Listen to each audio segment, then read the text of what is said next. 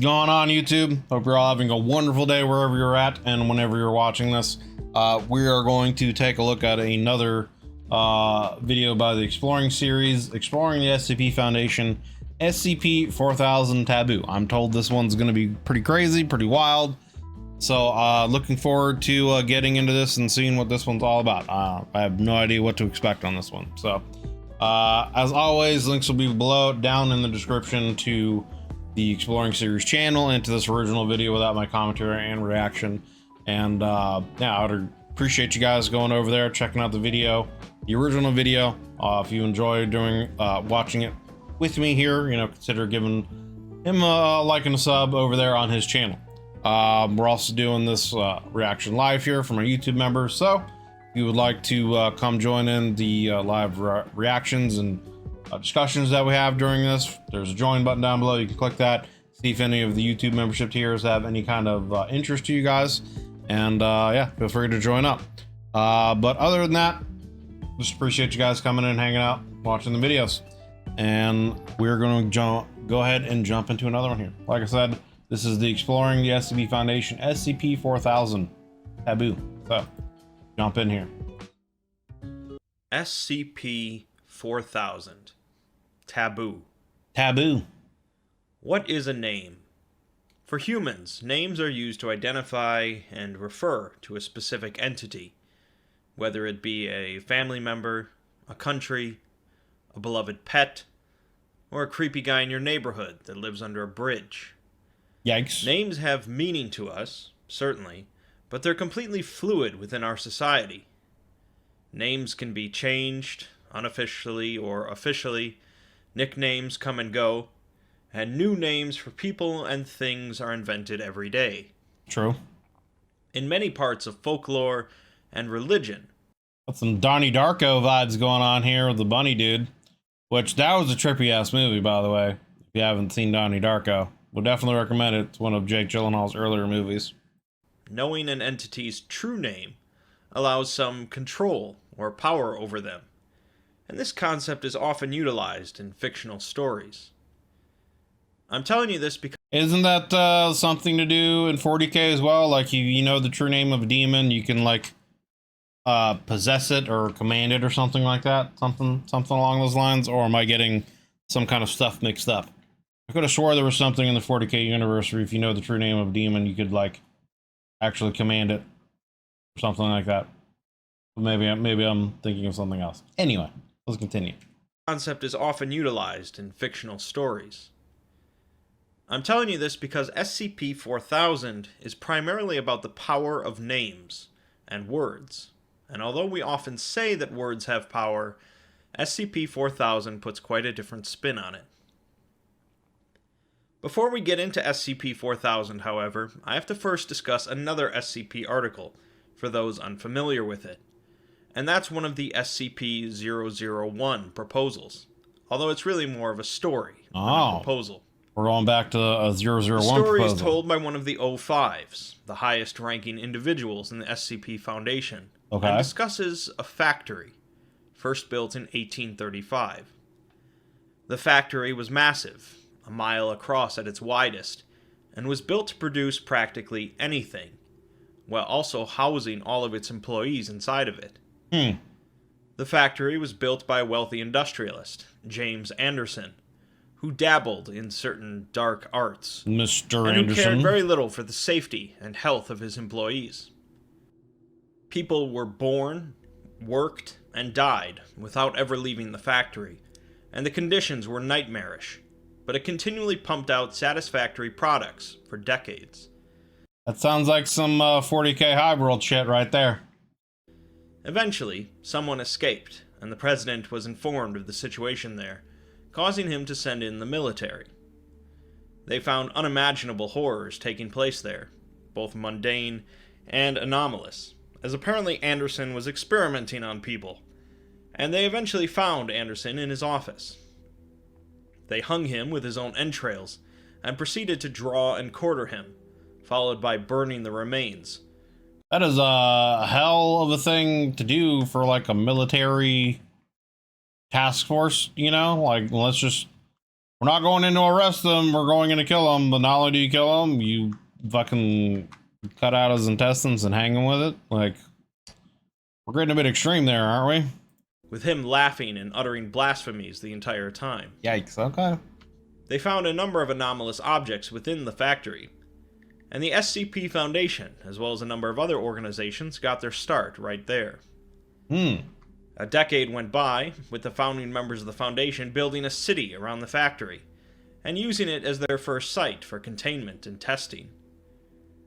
Eventually, however, they were attacked by an entire race of anomalous creatures, sharing practically the same appearance as humans, but with a notable allergy to iron. Interesting. A war occurred between the two sides, culminating in a grand attack on the factory that the humans were quickly losing. The O5 went into the bowels of the factory and met the remains of James Anderson, who made a deal with him. In exchange for the means of destroying these creatures, they would have to continually supply the factory with energy, primarily in the form of people. The O5 agreed, the creatures were utterly wiped out, and the factory continues to somehow produce new anomalies to this day. Maybe that's Dr. Wondertainment, you know? I'm just saying, could be producing all kinds of weird, crazy shit. As a side note, the name the Foundation used for the creatures, due to their allergy to iron, was fairies. Oh. Now that I've mentioned all that, we can look into SCP-4000. Okay. So we're getting into fairy stuff. From what we haven't really gotten into that yet in the SCP universe. We got into Bigfoot, and we've gotten into, you know, what happened to the dragons and fantasy, you know, the world of fantasy with giants and other things like that. But fairies weren't really mentioned. The only other thing where there may have been mention of a fairy was a fairy's potential involvement in the destruction of the Bigfoot species. Or the genocide, I should say, of the Bigfoot species, but I don't know if that's really been confirmed or not. So, but interesting.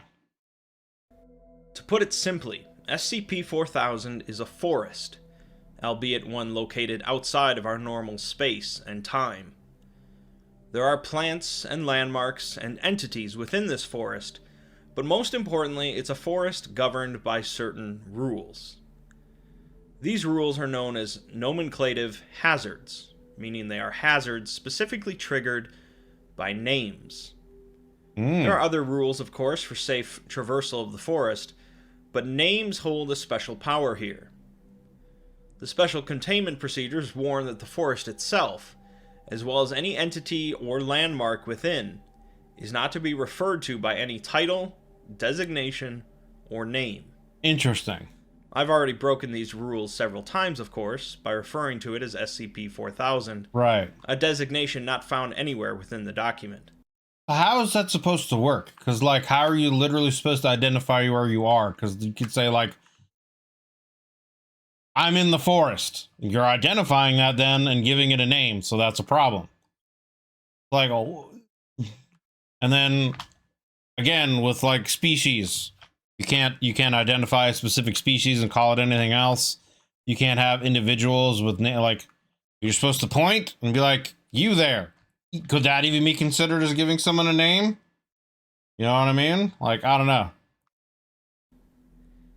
Instead of names or designations, then, the anomalies associated with this SCP are given descriptions, such as the forest outside normative space, or the SCP in question. But saying the forest outside of normative space, isn't that then still giving it a title? Because it is that specific forest outside of normative, you know what I'm saying? He'll get into it, but the idea is that absurd and almost impossible to follow containment procedure just because of how human minds work. Okay.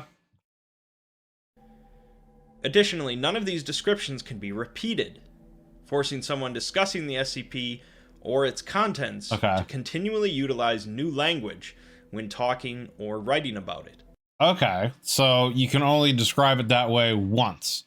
And after using that one description, you have to then describe it in one other way. So you could be like, the forest outside of time.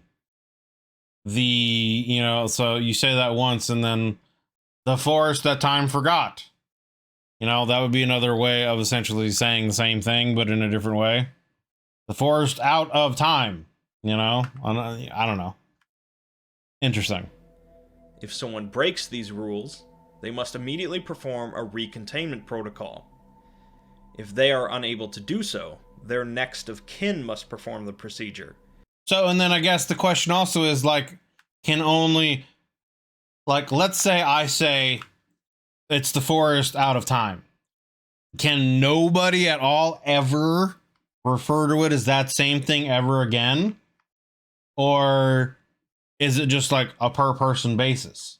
It sounds like it's a per person basis, depending, you know, with what he's saying here. But like, it's like it eventually would become impossible to follow the containment procedure because you would just run out of ways to describe things. You want to go back to this part of Tripping Interesting? Okay. New language when talking or writing about it. If someone breaks these rules, they must immediately perform a recontainment protocol. If they are unable to do so, their next of kin must perform the procedure. And if they have no next of kin, any records of their name are removed, and anyone bearing the same name are given an amnestic and assigned a new name. Interesting. To enter the forest, a special procedure must be performed. So that name is then like stricken from history, and anyone with a similar name is essentially they forget it and are given a new name. Interesting.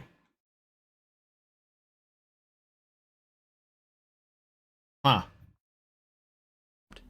In which a fire is started in any indoor fireplace, and the powdered bones of a fox, a lion, and a whale are thrown into it, along with a cherished personal possession.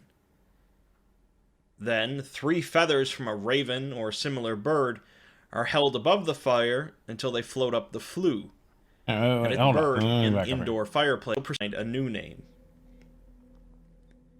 To enter the forest, a special procedure must be performed, in which a fire is started in any indoor fireplace, and the powdered bones of a fox, a lion, and a whale are thrown into it, along with a cherished personal possession. Then 3 feathers from a raven or similar bird are held above the fire until they float up the flue, and at this point the fire should begin to speak. Depending on if the individual is an oldest child, a middle child, or the youngest or only child, certain counterphrases must be given in response to the fire. If done incorrectly, the individual should immediately apologize and never attempt the procedure again. But if done correctly, the fireplace will expand, and a descending ladder will appear, allowing the person to pass through the fire unharmed and enter the forest. So we're going to Narnia through a fireplace where you have to do some kind of crazy ritual, and if you mess up the ritual even once, you're not allowed to ever do it ever again. You have to apologize for attempting to do it. I assume if you don't apologize, something bad happens. Like, interesting. They will emerge from a brick well with a dirt road in front of them, surrounded by the forest. Attempting to leave the dirt road, or turning back the way you came, leads to a loss of contact and an unknown fate, forcing individuals entering the forest to continue along the path until they reach the end, which is the brick well. Spending time in the forest will inevitably lead to encounters with the entities dwelling there, which will often lead to the nomenclative rules being broken. So, what exactly happens when you break these rules? The results vary, and there's likely effects still undocumented, as SCP-4000 is not greatly understood at this point, and the Foundation is heavily restricting any experimentation. Effects include cluster headaches, hallucinations, sudden onset of amnesia, transport of exposed subjects to the forest, or alternatively, transport of forest entities to where the rules were broken. Even more strange, exposed subjects might develop non-human physical characteristics, Yikes. such as growing feathers or pollen sacs. Different types of flowers might grow wherever the rules were broken, or exposed subjects might completely fuse with a native entity. What? Perhaps most strange of all, different non-biological mediums, where names or designations were written or recorded, such as paper or a desk, might develop biological traits, along with fusions between native entities and architectural spaces near where the rules were broken. Finally, exposed subjects might develop an extreme iron deficiency, with no side effects. Will turn into fairies. We're also given a few notable containment breaches, showing the forest was first discovered in 1954 in rural Connecticut, and was temporarily given a designation, which caused a breach, since no designations can be applied to the forest. One field agent entered the forest, never to be seen again, and another that had given the designation began sinking into the floor. The other agents fled, and all but one suddenly stopped and began screaming as their torsos start to stretch and smoke begins to billow out of their mouths, nose, and eyes. Okay. The one agent that gets away does so because he had not heard the designation given to the forest, but he himself causes another breach when repeatedly referring to it with the same word. He then says that he sees his name in the trees, attempts to eat his radio, and dies. Those that had heard his radio call begin to have headaches, before bone protrusions resembling tree branches begin to emerge from their eye sockets, although they report no physical discomfort. Like, I feel like this is just, like, some kind of weird, almost Evil Dead, like, anomaly story or something. I don't know. It, like, started off with this person that, you know, made this factory that people weren't able to get out of, and he experimented on people, and then the SCP contained it, but then all these weird anomalous creatures came out of it, and then they made some deal, and then it turns into a forest, and you can't name the forest or anything inside the forest, or if you do, all this weird shit happens to you. There's like a ritual you have to perform to even enter the forest, and if you don't do it correctly, you have to apologize, and you can never attempt it again. Like, what? Like, what even is this, and what is even going on? After many D-Class were sent in, the Foundation developed a basic understanding of the forest, but another breach occurred after the first successful exploratory mission finished. The individual was allowed to write down an account of his experiences, but when personnel went to check on him, they found no trace of him, and the SCP documentation says, traces of soil and human tissue were later found in the pencil, paper, and Harvey Mansfield desk had used in his writing. Gotcha. Okay. Other containment breaches feature similar oddities in their word and name usage, such as mentioning an agent Mercy, who encountered a native entity seated atop a throne of bones, cradling a flaming child, who vomited most of his bones after describing said entity. Another woman who had found a book discussing the forest complained that her head had become covered in flesh, and decades after she died, photos were taken of a native entity that resembled a young version of the woman. Another breach occurred after an agent who had spent time in a house in the forest told some stories about it to a couple of his colleagues, who had no names, and the agent became fused with the house after it suddenly appeared in one of the Foundation sites, with the man's two colleagues conjoined to his uvula. What? In other words, some massively strange stuff occurs whenever these specific rules are broken in relation to SCP-4000, whether in the forest or not. We're then given a long list of instructions that must be utilized when exploring the forest and interacting with the native entities. There's far too many here for me to go over all of them, but I'll mention a few. No firearms are ever to be brought into the forest. Native entities are to be greeted formally and spoken to cordially. No statements that an individual knows. Like, how are you supposed to introduce yourself formally then, right? You know what I mean? Because, like, you're not allowed to designate yourself or you're breaking the rules. Hello. It's me. Even that, I think, would be like breaking the rules. Like, to be false or to be said. Never refer to an... It definitely seems like a realm of chaos or trickery where, like, and it's purposely made to fuck with people because of how, like, human brains work. Entity with a title, name, or designation said cordially.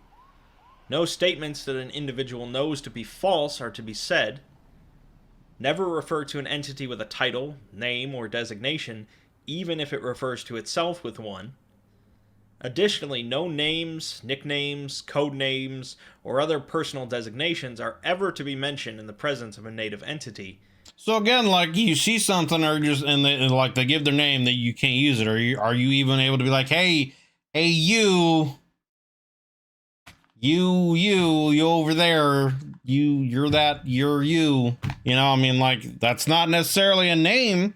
And then, like, I guess it also, and then the question has to be like, you know, is it somehow intention based? You know what I mean? The consequences, like, is it the intention behind it? If you could sit there and be like, you know, I'm just referring to you as you because you're you. That's not your name or designation, but, you know, you are definitely you over there.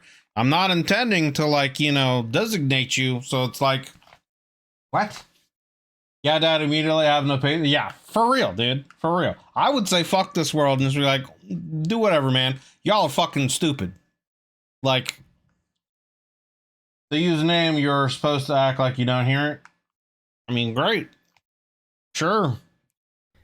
And if a native entity makes a statement where it addresses you with the designation, you are to ignore it as if the statement wasn't even said. Overall, the rules tell you to be very cordial to native entities, and occasionally helpful, but very specific with what words are used in conversation. Additional rules apply depending on what type of child you are, just like entering the forest, with oldest children never accepting or handling anything that would be considered a valuable resource. Middle children must avoid any entity that regard them affectionately or romantically, and youngest or only children must avoid partaking in any activity that is commonly considered frivolous or physically comforting. Boy, being a middle child would be rough then. You see some hot fairy chick, man, that's coming on to you, like, what are you supposed to do at that point? Because you're supposed to be cordial to them, right? It's like, what are you supposed to do if some hot chick comes on to you or whatever, and like you're trying to turn her down because you're trying to follow the rules, but you can't follow the rules because turning her down will not be cordial. It would not be polite. You know what I mean? So, like, you're fucking trapped, man. You hit the trap card there, you're fucked. Such as dancing, listening to music, or sleeping on a padded surface. Finally, we're given 3 interview logs between a doctor and a native entity possessing a humanoid form and the head of a rabbit, who is given no name in the logs. These interactions are mostly notable for showcasing the various rules that the doctor breaks during their conversations. In their first encounter, the entity asks the doctor how his name is, remarking that its own name has smelt of raspberries or snapdragons lately, although it's hard to tell these days. The doctor makes the mistake of saying that his name has tasted rather tart of late, and was later reprimanded for breaking the rule of making a statement you know to be false. 3 years later, the doctor has another encounter with the entity, who remarks that his name has been separated from him for some time, and ponders if the name still exists at all.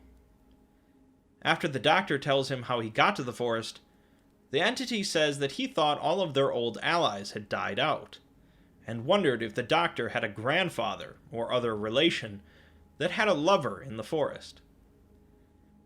The doctor made his first big mistake. Exactly. When the entity addressed Exactly. There's always somebody trying to smash the unsmashable.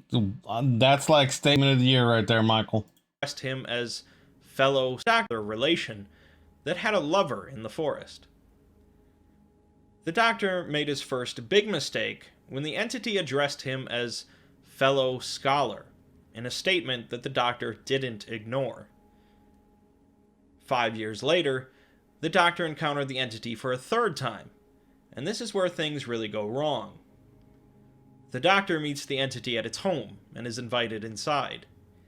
Here, the entity reveals a story about the past, saying that very few... Yeah, old allies. And I mean, that could again refer to the whole Bigfoot thing.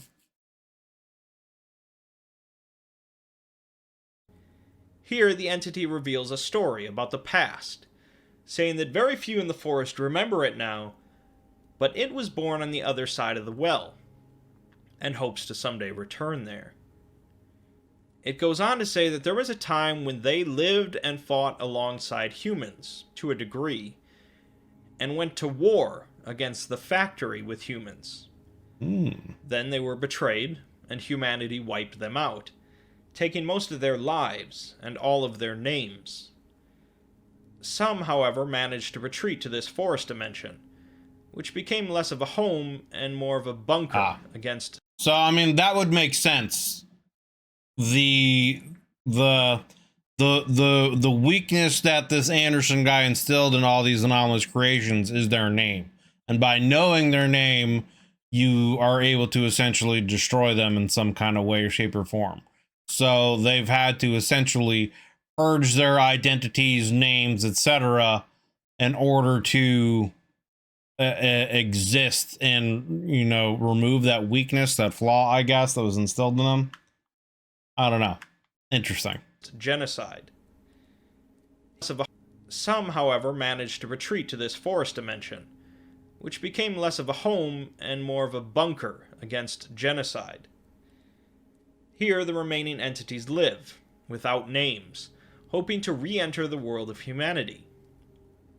It's at this point that a sudden change comes over the doctor, saying that it's time he took his leave, and that he's long overdue to return home. The rabbit entity suddenly seems confused, slurring his speech and clutching his head, asking the doctor not to go and wondering what happened to his name. The doctor leaves, mentioning out loud that something does taste rather tart, and later went missing after returning to the Foundation site. Analysis of the fur he shed on his expedition gear showed no genetic abnormalities. So, you have most of the facts now, but you might still want or need an explanation. Is she banging this tree? That looks like a human being trying to have sex with a tree with multiple arms. As you might have pieced together already, the entities existing in the forest are the fairies that the O5 mentioned in his tale about the factory. Although he had claimed that they had committed genocide, completely killing off their race, it seems that he was mistaken, and some managed to escape. Somehow, in a way that isn't clearly understood, the fairies lost all of their names in the process, even the ones that managed to escape. Names have power to the fairies, both their own as well as others, and they can use names to interact with our world. Assigning the forest, or any of its denizens, a name is dangerous enough, but the true danger here is their ability to steal our names. This is ultimately what happened to the doctor. So if they steal your name, they actually become you then, essentially, I think, right? Is that where this is going? As well as a few of the notable containment breaches. During his conversation with the rabbit entity, the entity refers to the doctor as a fellow scholar, and rather than ignoring it, he later uses it himself in the conversation. The doctor had accepted a designation from the entity, and that gave it power over him. In the end, the rabbit and the doctor swapped names, And since the fairies treat names as completely linked to an identity, they effectively swapped their identities as well. The Doctor was now, and always was, a fairy without a name. Yeah. And the Rabbit was a doctor working for the SCP Foundation. Yeah. Thus why no one questioned the fur found on his gear. In the containment breach where the Explorer had written down his account at a desk and suddenly disappeared, a similar thing occurred. These fairies aren't just humanoid entities, and can take many non-biological forms. The desk, paper, and pencil where the writing had occurred fused with the Explorer after he wrote about the forest on it, leaving him to a fate of being a desk.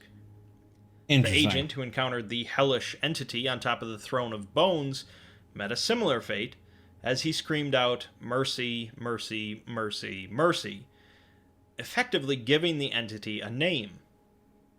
The other cases involving the young woman and the man merging with a house showcase the same point, that the fairies can steal our names to infiltrate our world.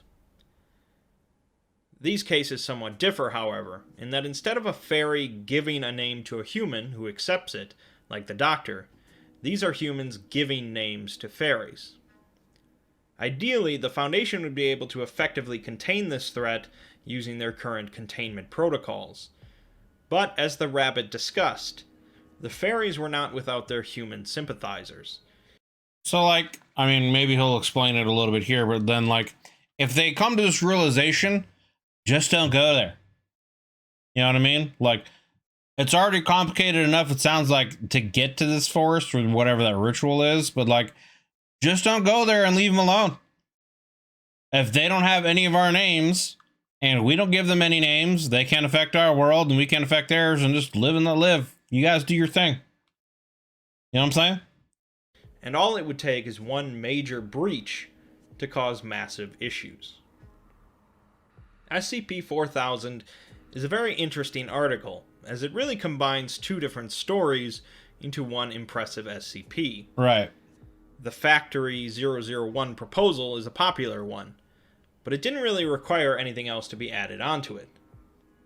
The idea of a weird forest realm where entities... Yeah, I mean, like, look, I as you guys know, I'm an extremely curious person, and I very much, you know, have a thirst for and want for knowledge and stuff like that, but, like, there comes a point where it's like, okay, you know what the danger is and what causes it.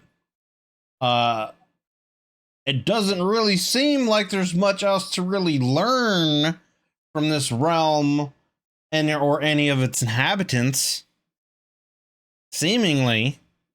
So, like, just leave them alone, let them do their thing, and, you know, just let it be. Then you don't have to worry about, like, your literal existence being swapped, like, reality being changed to the point where they were always you and you were always them. And you know what I mean? Like, all I'm just saying is definitely, yeah, I know. But it's just like, I don't know. That just doesn't make any, I feel like it's dumb. I just feel like it's dumb. I feel like for, like, an organization that's about securing, containing, and protecting, they would know, like, I get the need to want to learn, but you would think that they would come to the realization that the only way for a containment breach to happen is for an incident where a name swap happens, and it could be potentially catastrophic, you know, because it could change reality to the point where, you know, what if somehow they could swap identities with someone from the past and change history? You know what I mean? And alter, you know, reality and time as we know it. I don't know if that's even possible, but it would seem like something like that could be possible, you know? Like, what if they were to swap, you know, identities with Hitler or something like that and change some of that shit, you know? Right, exactly. Also, don't remember the end of the article. I wanted to say whether or not the Foundation restrict further testing. These can steal your name is interesting enough by itself, but combining it with the Factory tale makes something very unique. If that wasn't enough, there's also another connection made in SCP-4000 when the rabbit entity is discussing wars. The SCP article includes a link to SCP-2932, Titania's Prison, which was a prison built by creatures for the enemies of the SCP-1000 civilization, the Children of the Night. The prison logs include a number of different prisoners, but the final one was meant to be kept there forever, with a note saying that humans were not the first to overthrow those who came before them. The prisoner's name is listed as Fae, meaning a fairy. Fairy, yeah. I highly recommend going through the SCP-4000 article yourself after watching this video, to give you the full picture of the forest and the fairies. After 4,000 entries in the SCP universe, some might think that people would eventually run out of new, creative articles. Oh no! But SCP authors continue to impress me. Genocide of an anomalous race is not exactly a new concept for the SCP Foundation, in addition to the idea of the race making a comeback. But the fairies presented here are certainly something different. Right.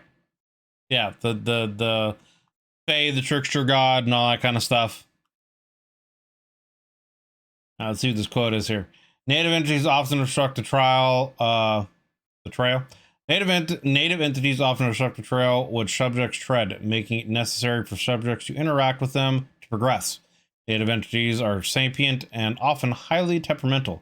They can be interacted with safely as long as S4000 SCP precautions are followed. Consequences for disregarding these precautions will vary depending on the personality of the offended entity.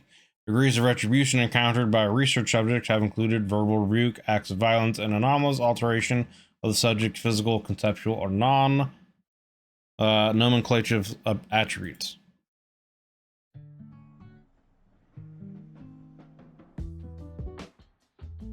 Anything else? Is that it? Okay. All right. So, very strange and interesting article. I mean, the idea that I guess it ties into it potentially being an SC001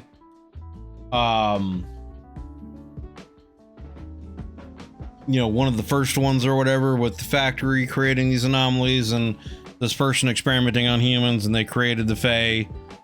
But yeah, like, I don't know, I kind of already stated, like, the idea that the names are so powerful to them that if you name something or they name something, they can, I guess, if they want to, literally change reality to the point where they were always you and you were always them. And so, like, why bother risking that, you know? Yeah, I don't know. It just seems strange to want to study them at that point then, knowing that that's the risk. And not only that, because then, like, potentially any memory of that person could be erased, and any of their accomplishments could be erased from history, all that kind of stuff. You know what I mean? So, like, and maybe that's what happened to the Bigfoot people. You know what I mean?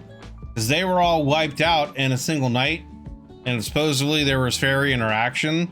So maybe there was something that this fairy person did, or maybe they swapped the Bigfoot people with humans, or maybe the Bigfoot people with Fae. I don't know.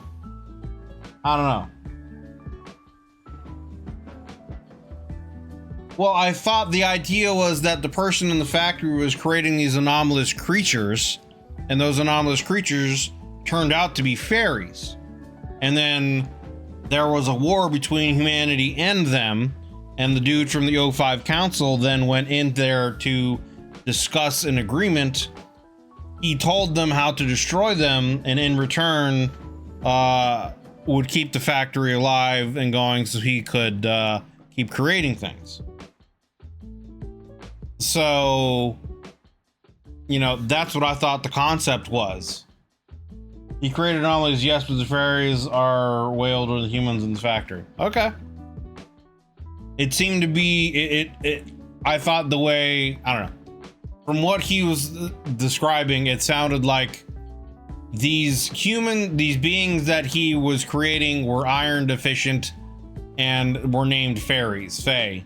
And so the way that he had told the humans to be able to destroy them was by, you know, saying, hey, they have names. And so because of that, they were being wiped out and they retreated to the forest. You know what I'm saying? So that's what I thought the whole thing was about. If that's not the case, then I don't know. I guess I have to go back and rewatch this, because what I got from it was that dude Anderson created these anomalous creatures from experimenting with people. They were iron deficient, and there was a war that ended up happening between, you know, humanity, the SCP guys, after they'd contained it, and what these creatures were. The O5 Council guy went down in there, agreed with, you know, they came to an agreement. They, you know, the way to destroy them was by knowing their names. And so the genocide of their race happened. They retreated into this forest as a way of avoiding the genocide. And in so doing, they forgot their names as a means of precaution so that humanity could no longer destroy them. That's what I got from this. Creatures that attacked humans were nicknamed fairies because they're artificially gasped at the factory, creating anomalies, and the workers rising up against Anderson was a separate part of the story. Okay. Okay. Well, then I guess we'll just have to watch it again, but regardless, very strange video. Very strange video. It's an interesting idea and concept, you know, and the idea that, you know, names have that much power, that certain creatures have their entire existence essentially kind of based around their name and can be destroyed if they know their name, or they could even swap existence with other beings depending on who knows what name, etc. So, but yeah, that's gonna do it for this one, guys. That was exploring the SCP Foundation from the Exploring series, SCP-4000 Taboo. Links will be down below in the description to the original video and to the Exploring series channel. And as you can see, we're doing this live, so if you want to come in, hang out, and you know, join the discussions that we have during these videos, you can feel free to click the join button down below and see if any of these YouTube membership benefits have any interest to you. But regardless of all that, I just appreciate you guys coming in, hanging out, and watching the videos. If you enjoy this, consider leaving a like and a sub. I'd appreciate it. It would it helps me, it helps the channel grow. And yeah, just hope you're having a wonderful day whenever you watch this. Appreciate you guys. Have a wonderful day. See you on the next one.